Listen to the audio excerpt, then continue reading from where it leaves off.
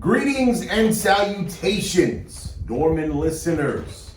We are back with a brand new episode. As you know, I am Evangelist. And with me, Steven in the building. and we are here to bring you more of our thought process. Because what are we about here at the Dorman? We're about taking today's events, putting our thought processes on it, and just letting you know what it is we think. And in turn, you take our input, you apply your own thought process, and you express yourselves. Run with it. Run with it, smack the world with it, whatever it is you'd like to do. But hey, it's a thought process. Everyone's entitled to it. Everyone should be expressing and sharing it. And then in turn, the best ideas will surface. Like the cream rising to the top. Mm-hmm. And that's what we're going to do. The flip side of that coin, Uh-huh. shit always rises to the top too. Does it? Not the good shit. The high fiber shits. High fiber shits. The ones that are full of shit Yeah. rise to the top. Yeah. The Bidens. Up. Oh.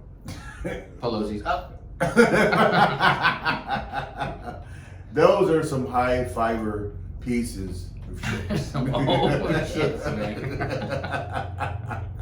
Metamucil. Yes. Metamucil. Well, so today we just decided to pluck a few things that we had been seeing in the news. Right. And we Some of it's sports related, so we'll have an opinion. Some of it's just general day to day. Some of it's political, but that just encompasses what we do. We don't stick on one subject. Right. It's impossible for us to do that No, can't do it. unless it's musubi. Then it's I tried some awesome musubi, where. and it wasn't even fresh musubi. So I was at Brother Shug's house, Ooh. and he had some matikis. Have you ever had or heard of matikis? Nope. Matikis is a restaurant chain. I believe there's a couple of locations, mainly in Orange County. But awesome musubi. What makes it awesome? The texture of the meat, flavor, Wow. good amount of decent amount of rice. It was just, and it was cold. It wasn't even a fresh piece of Did I tell you my musubi story? Well, musubi at the Bamboo Club. You know what? Remind me again. I ordered musubi. The only reason I went there Uh-huh. because they had musubi on the menu. Okay. So I went. I had my beverage. Okay. They bring me this, and I said, "Excuse me, I ordered the musubi." The guy's like, "That is musubi." I said, "My ass, that's musubi." Oh shit. I said, "What is this?" This is not musubi. So he's like, "This is our version of musubi." I was like, "Oh, I'm already upset." That is not traditional music. No, it was just spam on a thing of rice. There's a bunch of weird shit in it, like walnut shavings. Like how you gonna try to dress up musubi? I mean, it's the lowest of the low already. Right. You can try to dress it up, right? Can't put lipstick on a pig, right? So I tried it, and I finished it because it's, Was it good? No. Not at all. Nope. There was no flavor on the spam. Nope. And whatever decorations and all this other bullshit they put on it, it was just like, this is too much. What is this place called? The Bamboo Club. The Bamboo Club. It's Do not go to the Bamboo Club for musubi. No. That's for sure. Mm-mm. Whatever it is whatever reason you find to go to the Bamboo Club, musubi. The only reason I would suggest ever going to the Bamboo Club is if you're stopping by and need to use the restroom. Wow, that is a harsh review. Well, they cross me on the moose. Is there anything good about the Bamboo Club? Because we've got to find something good about a place. Yes. What? Leaving the Bamboo Club. Holy terrible. I'm just saying, bro. Don't go to order the musubi. Bottom line. Do they have good drinks at all? I mean, I just had a beer, but Oh. and even their drinks were too fancy. It's like the lemon drop, Fancy. Manhattan style, like. Get outta here. You know what, Bamboo Club? I will definitely come and give you a review just to try you out. I mean, I won't be ordering the musubi for Don't sure. do it. No. But we've got to find something good about the Bamboo Club. I think I've passed by there once. Yeah, I drove by all the time, and I was like, oh, that's the place. Oh, they have musubi? Could be my spot. No musubis. Okay. Noted. Can't do it. Fans. Noted. Yes. Well, go ahead and lead us into these events that perturbed us. So story one Story one. involving the National Football League. Mm-hmm. I believe it was last Monday night. Niners and Rams. Niners and Rams. So this jagoff decides to run on the field, supporting a, I guess, no-kill shelters or adopt a pet or save the pets or something with a pink smoke bomb. Runs on the field, stops the game, gets absolutely plastered by Bobby Wagner as a linebacker on the Rams and some other Rams player. Right. Gets obliterated, gets handcuffed by security, taken off. Now, this same jagoff wants to sue Bobby Wagner, the Rams, and the NFL for assault. Wow. What? Okay. The question has to be asked, right? What made that person think that this was a place where they should protest? I mean, let's. Well, it was obviously nationally televised. Okay. But people don't understand. To the people at the game and everybody recording who will post it later, the footage when you're watching the game on TV, they never took the camera off the players. Right. So you didn't see it, you heard it. The announcers were talking about it, but you never saw the guy until they replayed the highlight because Bobby Wagner laid that fucker flat. Probably applied a perfectly fundamentally sound Forearm shiver. Oh. And of course, this particular protester was not built like an NFL player. He was built like a 13-year-old ballerina. Wow. But he just got obliterated. Blasted. I mean, and then the whole time he's holding on to the smoke bomb, security's wrapping him up, the players are there, and they're just getting inundated with pink smoke, right? Right. So I think that they used the pink smoke because of the whole it's Breast Cancer Awareness Month, right? So they thought, oh, they're doing this. So maybe they thought it was something league okayed at first. Then you read his shirt and it's like, save the pets or whatever. And when you go to a game, if anybody listening, watching, has ever been to a professional sports events, it literally, on the announcements that they say, do not jump on the field, you will be arrested, you will be charged, and you will be kicked out of the stadium. Right. So when you run on the field and you're evading security and you think you're got all the moves, and then all of a sudden here comes 260-pound Bobby Wagner and lays you flat on your ass, you deserve every single ounce of that pain. Pound. Yep. Pressed on you. Every single one. They should have gave him an elbow drop. That's what you should have done. But now he's suing the league. And you know what? This fucker's probably going to win. I don't understand that. I don't understand how cause. People don't understand natural law, cause and effect. Right? You do something. Your intention points in a certain direction. Right. Something's going to happen. Right. Good or bad. Good or bad, and you have to accept the consequence. Best case scenario, you'd have made it across the field unscathed. Right. And then what? What would have happened then? You'd have your point would have been made. It would have been a success. Wait, all the pets would have been saved? Right. And then the reality of the situation was you got there and Bobby Wagner came. Man. Smacked you on the ground. Yep. So the worst case scenario happened.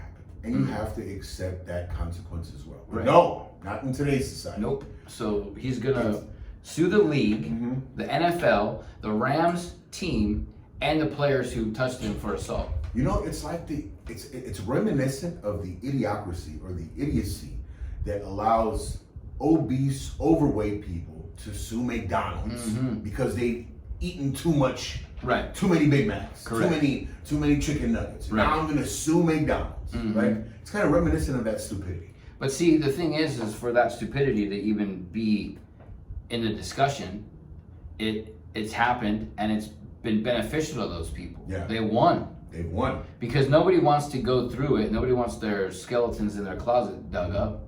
So the league's gonna pay this guy whatever he wants or whatever they feel I guess, would be decent proposal. But the fact that Bobby Wagner didn't want to have to deal with it because they were getting their ass beat. He was upset because they were losing. And here comes this dickhead with a pink smoke bomb, just laid him flat. What he couldn't get to the Niners quarterback, he did to this kid. Attaboy, Bobby. Right. Attaboy. But he's done this before. When he was in Seattle, he did it before. Somebody was running on the field. I don't know if it was the same animal lover group. Bobby is an anti-protester. Yep. I love it. Because people go to the game not to see this shit. Right. And then, before social media, if this guy did dodge security and got out the tunnel and changed his shirt and walked out the front door, you never know. But now, when you go to a stadium with 50,000 people, there's 50,000 phones. I feel like it happens on like soccer game or soccer fields a lot. Yeah. But in other countries. In other countries. Yeah. But you don't have the aggressive tacklers. Well, also that you bring that up, I don't know what country it was, but some team beat another team the first time in like 13 years, and the fans stormed the field, and they were like ants going towards the middle, and all of a sudden they were like, oh shit. And you watch the video, here comes the military with long ass sticks. I mean, smacking people out of the way, cleared the field like that. And that's exactly what you have. Right. Right. And those fans won't sue the military. No. Those fans won't sue the team or the league. Right. Because they fucked up. You made a bad decision and you got blasted for it. I mean, it's just, again, it's reminiscent of some real stupid decisions that have been made by people who don't want to accept the consequences of their own actions. Right. And, who have won, who benefited from it. What about them knowing the consequence and just not caring because they know that they'll get away with it? Right. Or at least won't get full punishment, right? Sure. And that's a nationwide problem that we face. Yeah. As a whole. Especially in the social media era, right? In the social media era, I feel like trolls, trolls trend, right? Trolls seem to get plenty of attention, and the consequences of their actions don't seem to be emphasized, right? So, kids and fans of this behavior, they see this, and they don't see the consequences, but they see the action. And then they see the 1.6 million followers, views, and they're like, oh shit. And they're like, this is how I'm going to make my mark. This is how I'm going to gain my notoriety. This is how I'm going to be verified, confirmed as a person who exists. And they do it. They go about, and when the everyday person does it though, and they experience consequences, right? And we'll say this guy, we'll call this protester an everyday person, right? And they experience the truth of what happens. You get smacked by reality. They don't seem to receive that consequence very well. Like, they don't seem to, first off, they didn't think thoroughly enough through the situation to say, man, this could possibly happen. And then when it did happen, they're like, oh, this is not real. They don't accept it as being a part of reality, right? Because, the powers that be didn't teach them. They didn't have good parenting, involved in their lives. That's one of the reasons why I'll give, why the stupidity happens. But it's as if we're supposed to accept that. Right. And we're supposed to go with it and say, oh, you know what? This person didn't have anyone teach him correctly. Right? Let's excuse him. No. Right. No, that's not what should happen. But also, too, you and me are a different breed, I think. If I was ever thinking about running on the field for anything, definitely not to protest, but maybe just to, run on the field and be that guy. Maybe I had a couple too many Modelos at the game or something, right? I, even drunk, not level-headed, think if I run on a football field, I don't have just the 19 security guards to dodge. I have 106 NFL-trained players who are much faster, stronger, and quicker than me that I need to get by. Now, granted, 90% of them don't give a shit. They're going to watch. Yeah. But you're going to come across the Bobby Wagners, the Clay Matthews, the Stubblefields of old, the linebacker on the Niners, or the end, the Bosas. You're going to come across those guys that don't give a shit and just want to play football. and those guys will demolish you. Yeah, will hurt you, like give Flatten you a full grown man with pads on, just give you a shoulder to the face, and you're done. And when that happened, if that did happen to me, the last thing that runs through my head is I'm going to sue him. Yeah. Because I made the decision to jump on the field. Right. I made the decision to permanently lose my right to go to that stadium. Which is why when people do it, it doesn't happen a lot. Well, as much as it, like in football, as it used to happen in baseball. It happens in baseball, doesn't it? It does, but you're not going to get far because the players want to engage with you. Baseball players want to engage with you, but the security guards will. And every team has police officers ready on the ready. So, I mean, you're not going to get away with it. No. You might get away with it on a WNBA game because there's like 4 people in the stadium. But you're not going to protest there because there's no.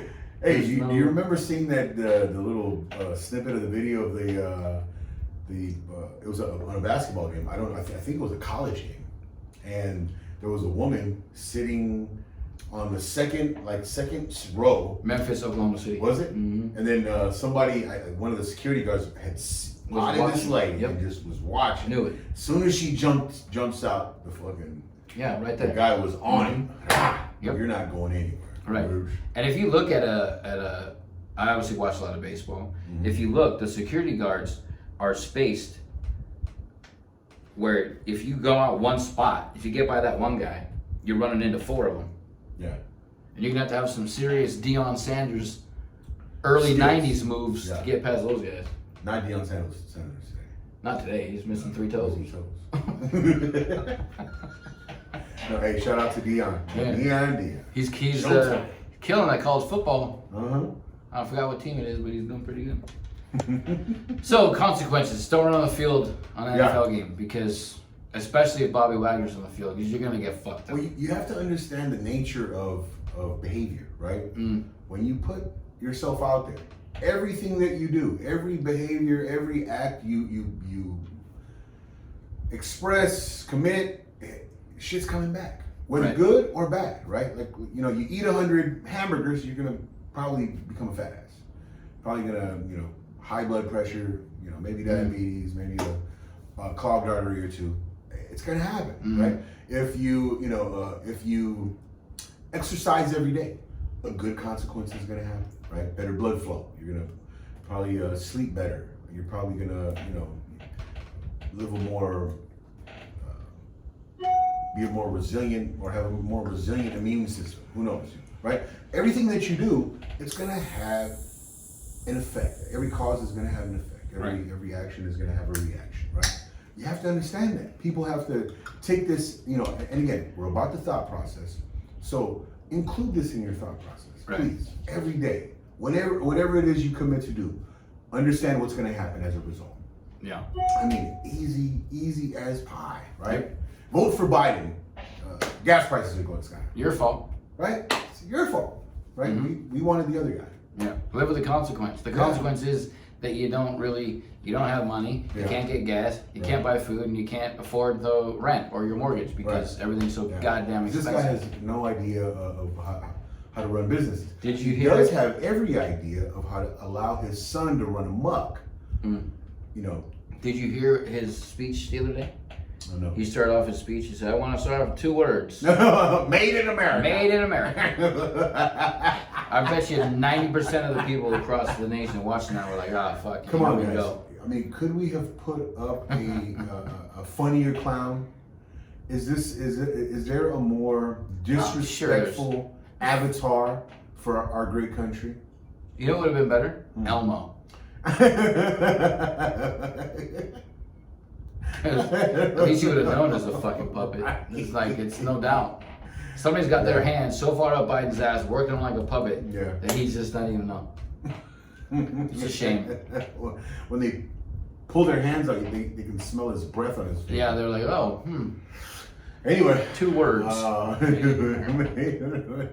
If there was a person to ultimately destroy the credibility of our country, we found him.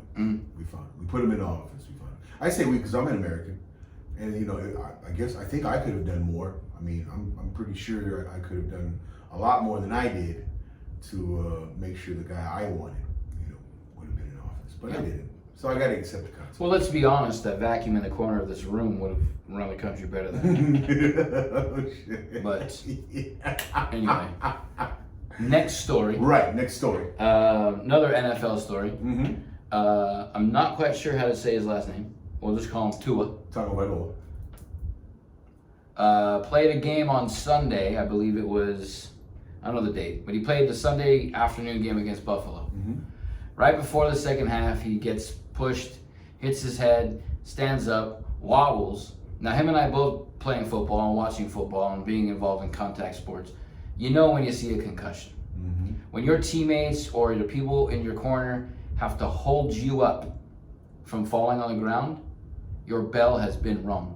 Yeah, I'd say so. Hard, to the point that your bodies cannot keep you up off the ground.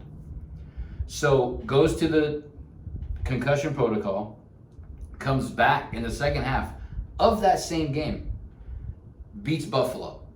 He's a hero, right? Absolute hero. Miami beats Buffalo. They were 3-0. They just beat a division rival, Right. and Buffalo's probably the favorite to win the AFC.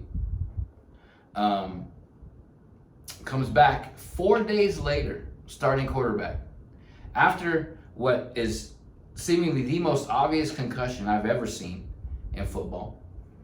Comes back 4 days later, cleared, starts, gets tackled, pretty violent tackle, but his head didn't hit the ground first. It was Right. kind of shoulder, then head. And he goes into the posturing.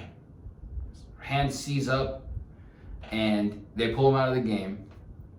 Clearly stretching him off the field on a backboard, doesn't give the thumbs up to the crowd, doesn't wave, gives no sign of him being in good shape. The next day, they're like, oh, the independent doctor has been terminated for the Tua Tagovailoa. investigator concussion research or whatever the hell they did. So we never got the guy's name. We never got if he actually went through concussion protocol. And again, him and I both playing sports, you never want to take yourself out of the game. Unless there's a visibly broken bone and there's no way you can get around it. In high school when we played, you couldn't get around it. No. In high school. So in the NFL, they have these concussion protocols that you probably couldn't bullshit your way around. You probably couldn't say, oh, I'm fine. And they put you in the scanner and MRI and they're like, oh, yeah, okay, you're fine, go. They probably asked him, can you play? He said yes, so he went back. Now he's fucked up. Right. Never come back from this. Well, let's hope he does. I mean, I hope he does. I hope he does. But imagine being that guy. Back-to-back weeks, you get your bell just cracked. Right. And this happens. Yeah. And your national news. I think CTE's definitely got to be in the discussion. Well, that's the thing. So the league says, again, words versus actions. The league says they're involved deeply in player safety. That was clearly not evident Right. against Buffalo or Yeah, I Cincinnati. don't think they get paid to be involved in player safety. True, but you're not going to That's keep a what league revenue if is. these high-profile quarterbacks are getting dusted. Sure. And a sports channel brought up the fact that I think 2 years ago, Patrick Mahomes, same thing, got hit. Didn't really look like he got hit in the head, but when he watched the replay, oh, maybe he did. He was wobbly. What did the Chiefs do? Took his ass out of the game. Yeah. We don't care what you say. And this is before the $500 million deal. So there's certain teams, I think, that show the care, or maybe it's selfishness that we need him later in the year, Sure. whatever it is. But Tua got mishandled from the start. Sure. There's no way, if you watch the video, if you watch the two videos back to back of first injury, second injury, there's no way he should have been anywhere near that football field in that second game. Agreed. Even the second quarter of the first game. Agreed. But Crazy thing is, let me play devil's advocate. Let's say the second injury never happened, right? mm-hmm. That the repercussion from the mishandling of the first injury none of those repercussions would have. Oh, we never know. Yeah, You're right, 100%. Right. Mm-hmm. So I mean, everything it's a gamble, right? Mm-hmm. And this just happened to be a gamble that they lost, right? Right.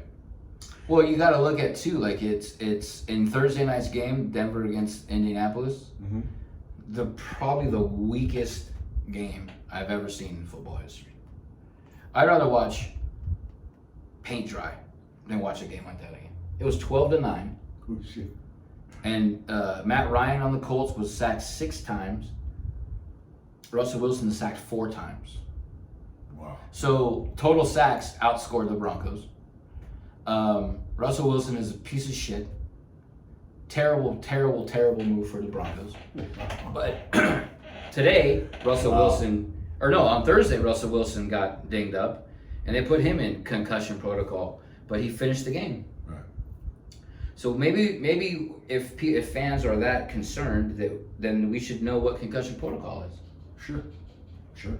Because clearly, But again, you know, we're talking about something that generates tons of revenue, right? Sure. The NFL and its games and its fans and its operations, it generates revenue. mm-hmm. So whenever these things happen, right, it's a matter of what team it is, Right. where they are in this generation or generating revenue process, Mm-hmm. right, or level, right, and then it's a matter of how much further they want to go, Right. how badly they want to push their players to do that, and the gambles that they will risk, and the results. Again, so taking Russell Wilson out, it doesn't seem that Denver is on Good. any kind of rise right now. Oh, no. So taking him out and putting him on it's not. But he finished the game. There's no real momentum, right? He finished that game. But I'm saying, like, there's no real momentum. So either way, taking him out or having him finish the game probably wouldn't have been that big of a But deal. again, so devil's advocate, like you were playing, if he came back from concussion protocol Mhm. and put up 3 touchdowns and beat the Colts by 2 scores, Sure. Russell Wilson's back. Everybody has a different narrative. Yeah.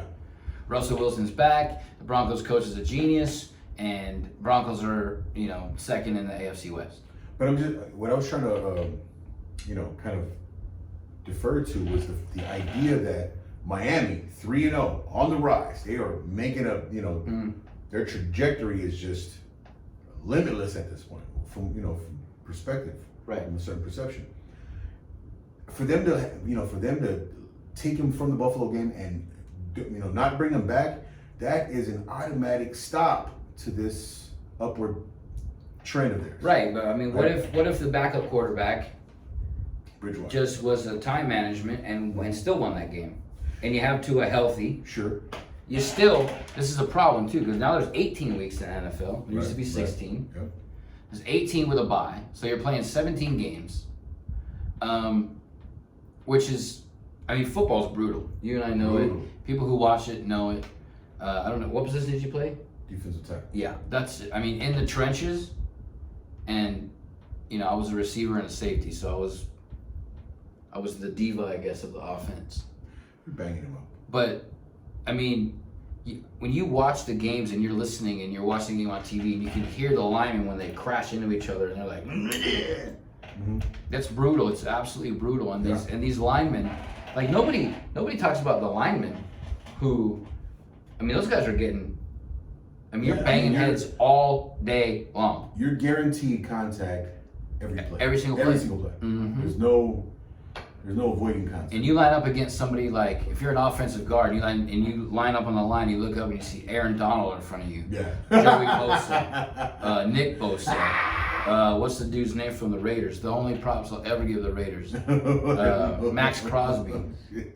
These guys are animals. These guys live for this They shit. live for the contact. They live for the brutality. They live to hurt people. Mm-hmm. And nobody talks about it. It's like only the quarterbacks get it.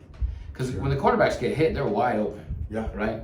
But when a lineman gets his leg rolled up and he shakes his leg and he comes back and he finishes the game, that's more, I think, important to me as a player to have somebody who can block. If I'm the quarterback, I give a shit like who the next guy up is. If that guy is an all-pro right guard, whatever you can do to keep him in the game.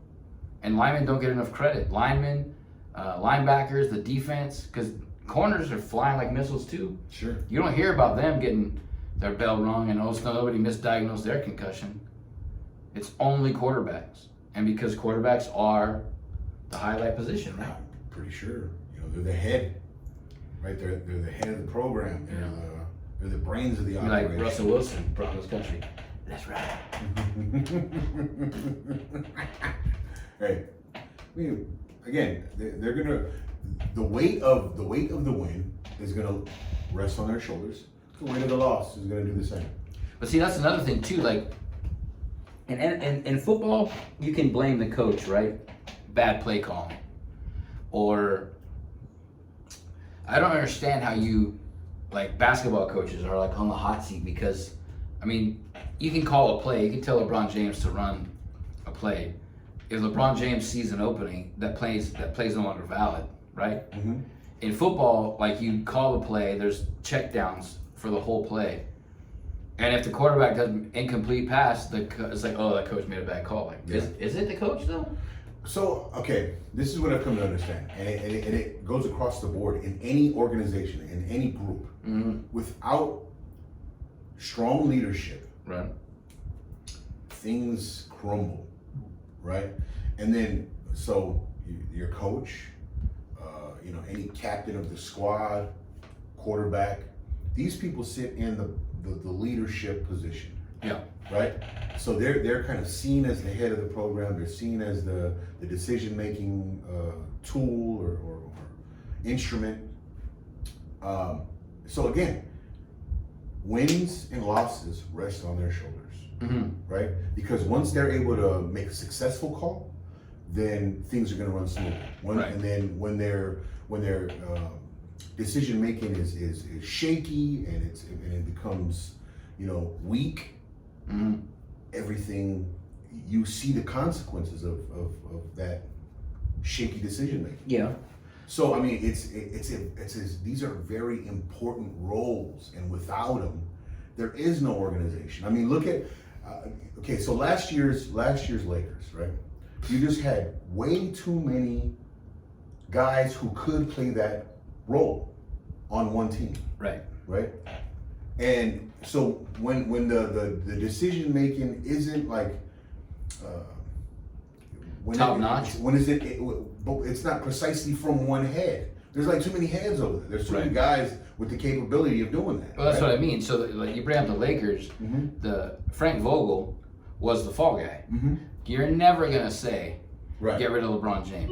Right. You're never gonna say Right. it. You're never gonna say get rid of the player. Right. Because then the players are gonna be, I would say, shell shocked to make a decision. Right. To pull up for the jumper, Right. or to go for the strip sack, or whatever the case may be. But the worst situation in sports is being a manager of a baseball team, Sure. I think.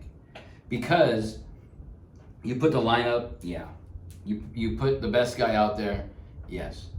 If that guy goes 0 for 4 and makes 2 errors, nobody talks about the player being shit. They talk about why would the coach put him out there?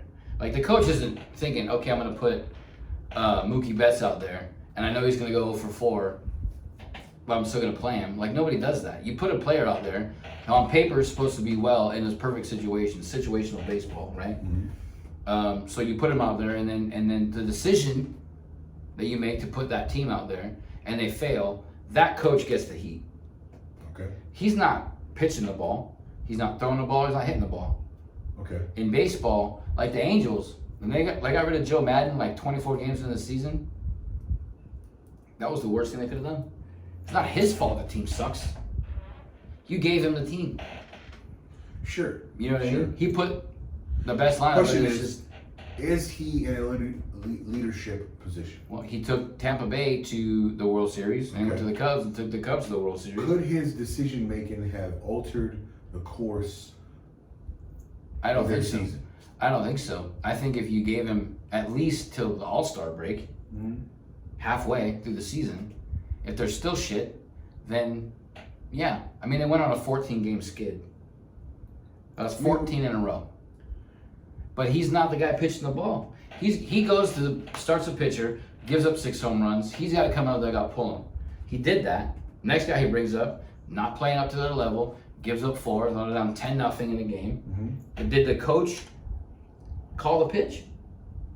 Did the catcher call the pitch? Could he have done something beforehand to know these guys well enough to say, okay, this guy belongs in this position? That's what you look at. That's what you look at the projections and what this guy did last time they faced this guy.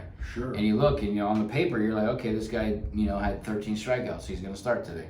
But again, I think the responsibility or the obligation, at least, is going to rest on the shoulders of that leader. Yeah, I just don't understand it. I mean, again, in football, the running back fumbles the ball. Right. It's not the coach's fault. Right. But they're gonna why did the coach call the running play? So the fault becomes the fault then rests on what happens after that fumble. Right. Do you keep that guy in, right?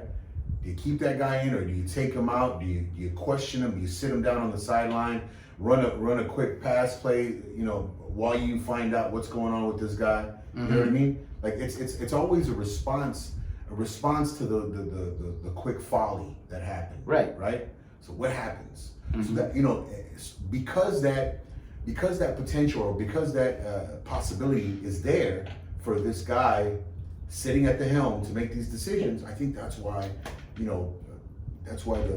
that kind of a burden is put on these guys. But again, like in the Bronco game last week, mm-hmm. Melvin Gordon fumbled. Okay. And into the arms of the Raiders, and they walked a touchdown. Yeah. And then they immediately talk about how he's working on his fumbling in the off season, blah blah blah. But how could the coach call a running play in that situation? Like what? Because you're ahead and you're trying to run the clock out. Right. Right. It's not the coach's fault that Melvin Gordon sucks donkey dick. Right. It's not the coach's fault that he fumbled the ball. Literally, Stevie Wonder could have picked that ball up. Oh, what's that? And a run. But the coach gets the shit, and the Broncos coach is not smart, so I'm not trying to advocate for that. But it's the diva, it's the high profile players. Yeah. You're never gonna say, as an NFL owner, bench Russell Wilson. Let's go further down a rabbit hole, right? So the events happen, right? Things happen. People do what they do, right? Mm-hmm. And it's always these commentators forming some type of a narrative, right? That creates. So we're always talking about our thought processes being of importance, right? So these narrators around a certain event, they're always going to create some other level of shit, right? Another layer to the onion, mm-hmm. right? When in reality, that extra layer that they added, it could transform what the fuck actually happened, mm-hmm. right? Like they don't. You have the people who just live, and then you have the people commenting on the people who live, mm-hmm. and it creates a lot. So all of these two little aspects, these two little factors in life, in the reality of life, it has so much either it could be a great thing, right? Because great things happen, in history, we find out, we talk about these great leaders, let's say Martin Luther King. And then as a result of Martin Luther King, people are like, oh yeah, great thing happened. And then, we've moved on to another level where we left this bad past behind us and now we're all good, right? Mm-hmm. So the narrators agree with the great event and the great person, and it's heightened this level. Right. And then let's talk about what you brought up earlier. So we were talking about how Columbus Day has been changed into the Indigenous Peoples Day. Oh no! It's recognized also as Indigenous People Day. But because Columbus and the current narrative around Columbus has changed, right? When we were kids, we recognized, Columbus was this guy who stumbled on America. An explorer who crashed his boat into New York Island. Something like that. It was in the Bahamas somewhere. Whatever, yeah. Caribbean. Somewhere like Hispaniola. Yeah. Anyway. That's Spain. That's Spain. So the narrative, so this guy did what he did. He's a fucking guy who lives, right? Right. And then the narrative around him has fucking changed Right. over and over. It's like, he's good, he's terrible, he's an idiot, Right. he's a rapist, he's a he's a savior, he's an explorer. Who every which way. This Right. thing has transformed into every monster there is, good and bad. But that's right? also too because, everything's interpretive, right? Sure. So you can have somebody have Columbus Day, and then people like Columbus Day because they get it off from work. Let's just say, sure. or you get early day, or whatever the case may be. No school, whatever it is. Nobody takes the time to really look into it for their own selves. Sure. They just say, "Oh, my school said I don't have to go to school today. Oh, my job said we're closed today." Whatever the case may be. There's no packages. There's no mail. There's no banks. Whatever. So nobody gets their own thought process and looks into what Columbus did. Right. Right. So when you're pro Columbus, you only look at the good, and when you're anti Columbus, you only look at the bad. So there's always going to be opposition to whatever it is. I mean, that's just how people are. To paraphrase a key thing that you said just now, right? Because they said, but they said, because they said, right? So, like your point, just to reiterate your point or emphasize your point, again, we value this thought process, right? So we go out there and live our life, and then we kind of evaluate what happens as a result of our living, right? Right.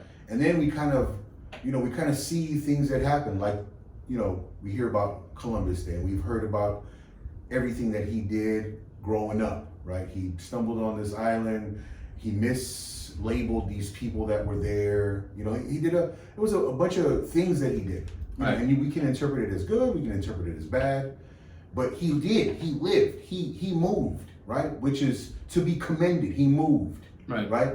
So we should take that example and move ourselves, make moves, right? But instead, we do this thing, they said, and that's what I'm gonna respond to. I'm gonna do this because they said, right? So I'm gonna label it Indigenous Day because they said, when in reality, you don't know shit. Right. But what they said. Right.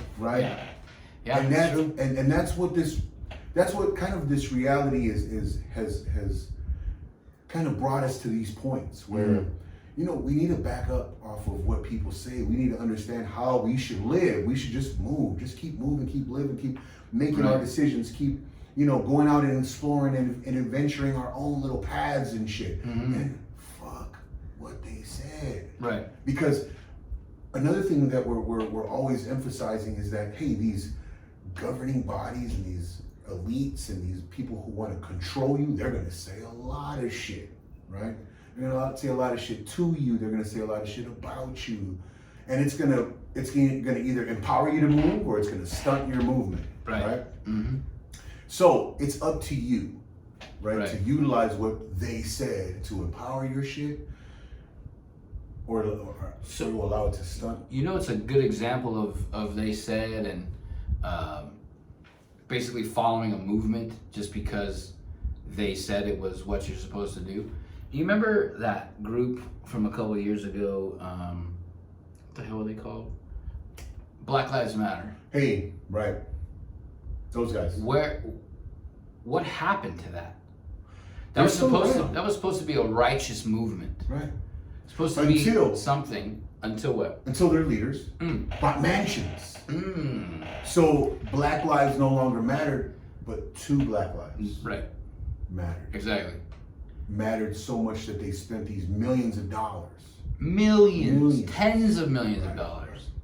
And then you have somebody like Kanye West, who I will go out every single day of my life and say Kanye West might not be the most stable individual. Brilliant individual. But yes. Brilliant. Brilliantly creative. Yes. Yeah. But Nostradamus was brilliant. And they thought he was fucking crazy. Yeah. Yep. Columbus, brilliant. He's a savage, rapist, pillager, torturer. But he comes out and says, he's anti-Black Lives Matter, and now he's got shirts that say White Lives Matter.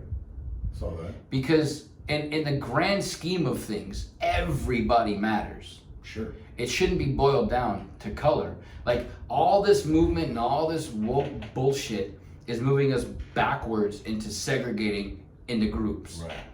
If him and me are with hanging out with outside the door and there's two cops talking to us, we're already associated that we are pro cop. Doesn't matter what our real story is. They could be asking us what happened to this car that got broken in. It doesn't matter what the conversation is. People's perception see a Samoan and a Mexican talking to two cops, and we're scumbags because we're talking to cops. We're not beating them up or taking their guns or kicking the shit out of them or telling them to fuck off. So the narrative is that if you don't follow what the flavor of the week or the flavor of the month, you are anti-human. Yeah. And the scope of being anti-human, as they say, you are 100% driving a wedge further in between people getting along, people getting past all this bullshit. That's just the bottom line. If you are perpetuating this inclusiveness, and if you're not for inclusiveness, then you're divisive. You are the one being divisive. Yeah. That's how it goes. I wish there were a short answer to all of this craziness, right? We always try to provide you, little snippets or little directives to kind of, provide like guardrails for you to move down in your little pathway. But I mean, I think the simplest way to go about it is you're either gonna produce or you're gonna destroy. You're either gonna make something or you're gonna prevent something from being made. Right? So if you're making something, if you're pushing something along, you're producing something, you're doing fantastic, right? But if you're out there preventing others from doing that, you're not on the right side of things, right? There's a line from a movie that could sum it all up. It's a movie from 1995. Which? Called The Program. Okay. Alvin Mack. Get us with that one. Alvin Mack says. Get us with that one. He says, fuck them all. Let the paramedics sort them out. Because his goal is to not care. He's got one mission. One mission is to get that quarterback. Mm-hmm. So your one mission is to succeed and be the best person that you can. And if anybody comes along and disagrees with you or calls you a name or says that you're anti-whatever, fuck them all. Let the paramedics sort them out. Damn, that's beautiful. If that's not the best way to wrap this show up, I don't know what is. Yeah. So that's the doorman. That's it. Fuck them all. Fuck them all. Call EMS.